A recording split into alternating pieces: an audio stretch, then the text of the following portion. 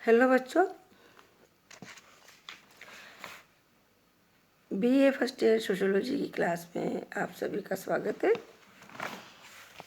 हम जैसा कि आप जानते हैं सेकंड पेपर पढ़ रहे थे, भारत में समाज संरचना और परिवर्तन। पिछली क्लास में हमने भारतीय समाज की संरचना और बनावट के बारे में अध्ययन किया था। आज हम पढ़ेंगे गांव के बारे में हम पढ़ेंगे। तो आइए बच्चों, हम पढ़ते हैं गांव के बारे में। आज हम जिन जिन बातों का अध्ययन करेंगे वो है गांव का अर्थ, गांव किसे कहते हैं, इसकी परिभाषा और गांव की विशेषताएं और गांव के प्रकार।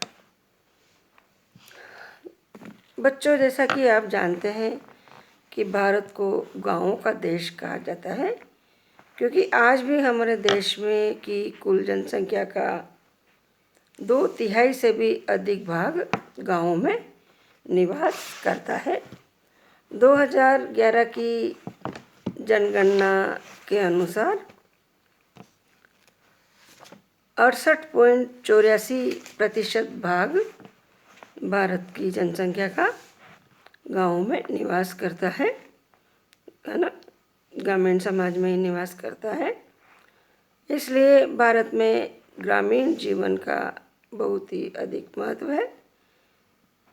गांव वैसे कोई नया शब्द नहीं है, क्योंकि आदिकाल से इसका प्रयोग किया जाता है और इसका प्रयोग सामाजिक संबंधों की स्थायित्व प्रदान करने वाले संगठन के रूप में भी किया जाता रहा है। पहले समय में गांव को गृहा अर्थात गिरोह या झुंड और याली आदि नामों से पुकारा जाता था।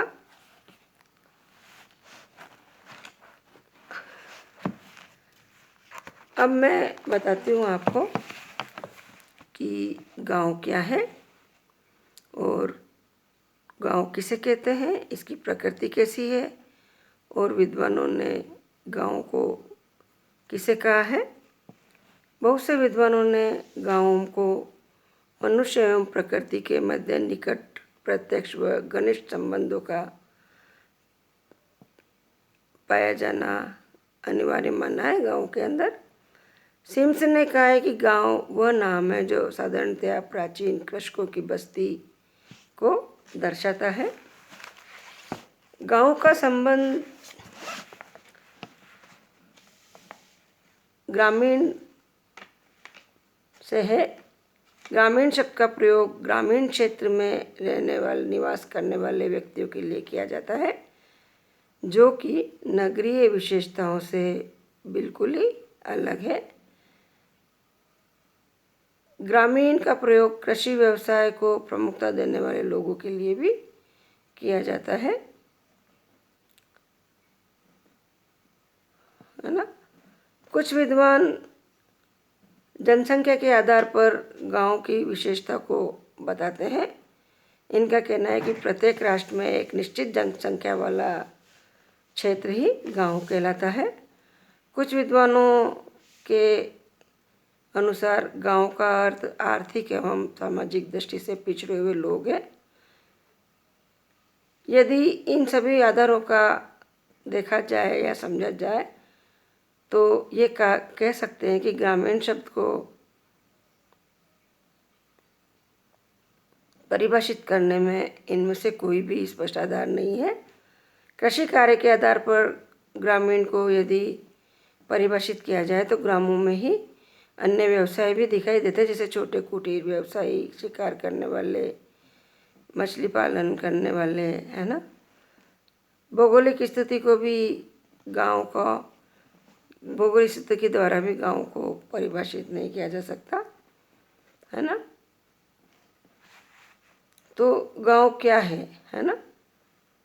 के.एन. श्रीवास्तव ने व्हाट इज रूरल इंडिया में अपनी पुस्तक व्हाट इज रूरल इंडिया में बताया है कि गांव या एक ग्रामीण क्षेत्र वह क्षेत्र है जहाँ पर लोग कृषि उद्योगों में लगे हों, अर्थात वस्तुओं का प्राथमिक उपयोग प्रकृति के सहयोग से करते हों, है ना।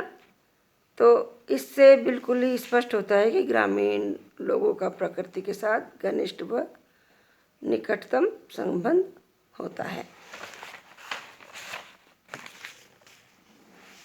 तो बच्चों, आपको समझ में आया कि गांव व्यक्तियों का एक ऐसा समूह है जो प्रत्यक्ष रूप से प्रकृति पर निर्भर है और प्रकृति की सहायता से ही गांव के लोग जीविकोपार्जन करते हैं और गांव में प्राथमिक संबंधों की महत्ता होती है और गांव का आकार सीमित होता है, यानी सीमित आकार वाला क्षेत्र गांव कहलाता है। अब है गांव की परिभाषा।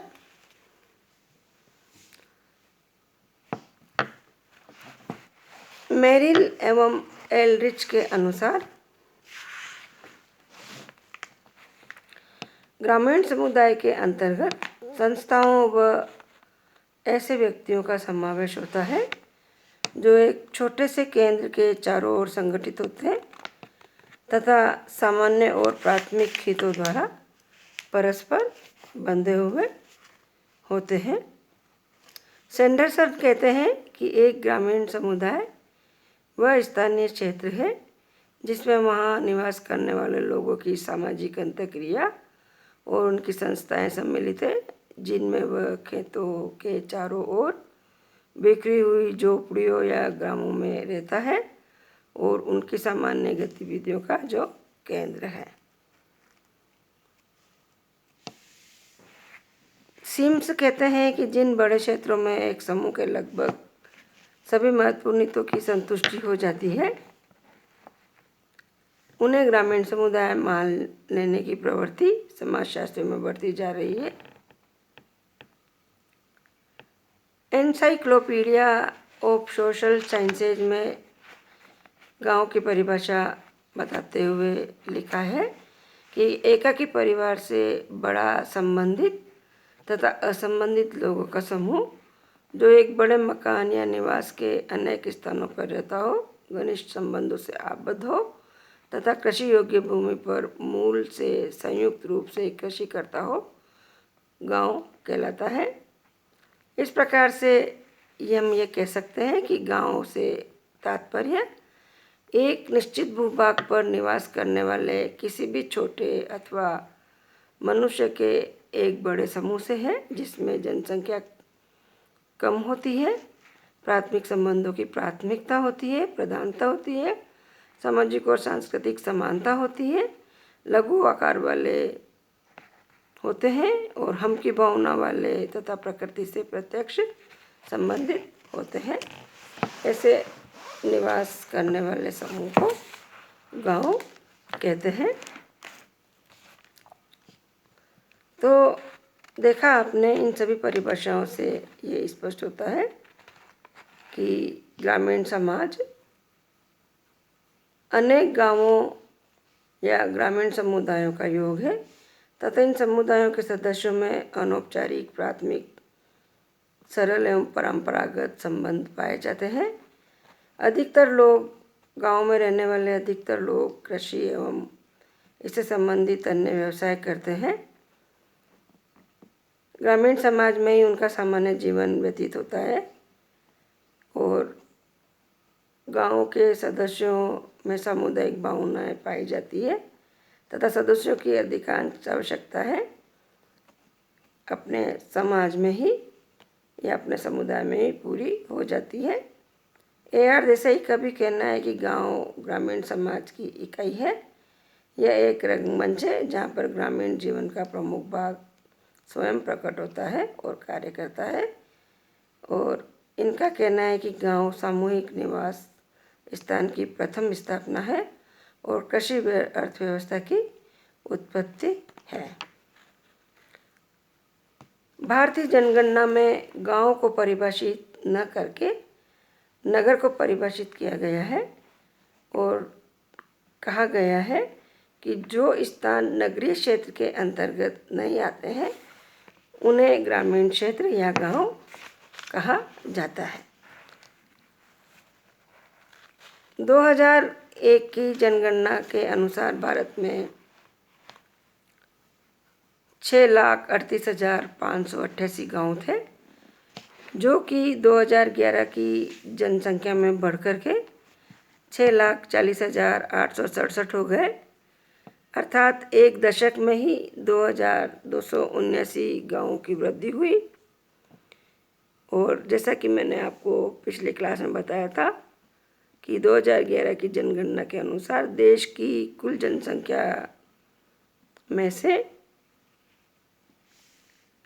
68.84% लोग गाँव में रहते हैं, या ग्रामीण जनसंख्या 68.84% है ना। तो इस प्रकार से बच्चों आपको समझ में आया कि गाँव किसे कहते हैं। गाँव ऐसा क्षेत्र होता है जिसमें जनसंख्या का घनत्व कम होता है, जिसका आकार भी छोटा होता है, और वहाँ पे निवास करने वाले लोग प्रकृति के समीप होते हैं।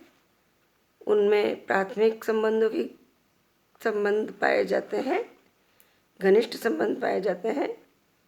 जनसंख्या की दृष्टि से छोटा होता है, कम जनसंख्या वाला क्षेत्र होता है, कृषि पर निर्भर होते हैं, और व्यक्ति अपनी सारी आवश्यकताओं की पूर्ति ग्रामीण समुदाय में रहकर ही कर लेते हैं। जीवन में समानता पाई जाती है, विचारों में समानता पाई जाती है ना। ऐसे क्षेत्र को गाँव कहते हैं। आज इतना ही, अगला टॉपिक अगली क्लास में पढ़ेंगे। Thank you.